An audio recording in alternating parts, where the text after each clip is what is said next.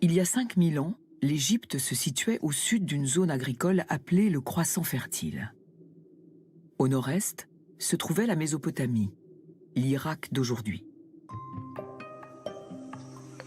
Dans ces deux régions, on avait appris à utiliser les fleuves pour irriguer la terre et augmenter les rendements. La population n'est plus obligée de travailler exclusivement dans les champs. Une société plus complexe peut alors voir le jour. Or, il fallait comptabiliser la production alimentaire afin qu'elle puisse être taxée et distribuée aux villes. Les Sumériens ont donc créé des tablettes en argile, sur lesquelles ils pouvaient facilement faire des marques pour dresser un inventaire. Un système de comptabilité très proche de celui que nous utilisons aujourd'hui.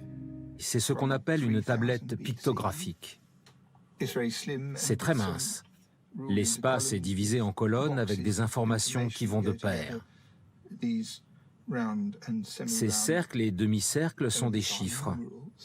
Dans chacune des cases, vous avez ces symboles qui s'additionnent à la fin. Voici le signe de l'orge, qui est tracé de façon très reconnaissable comme un pictogramme. Quiconque voyait cela en Mésopotamie pouvait se dire « Ah, de l'orge ». Ces pictogrammes seraient les éléments de base des premiers systèmes d'écriture.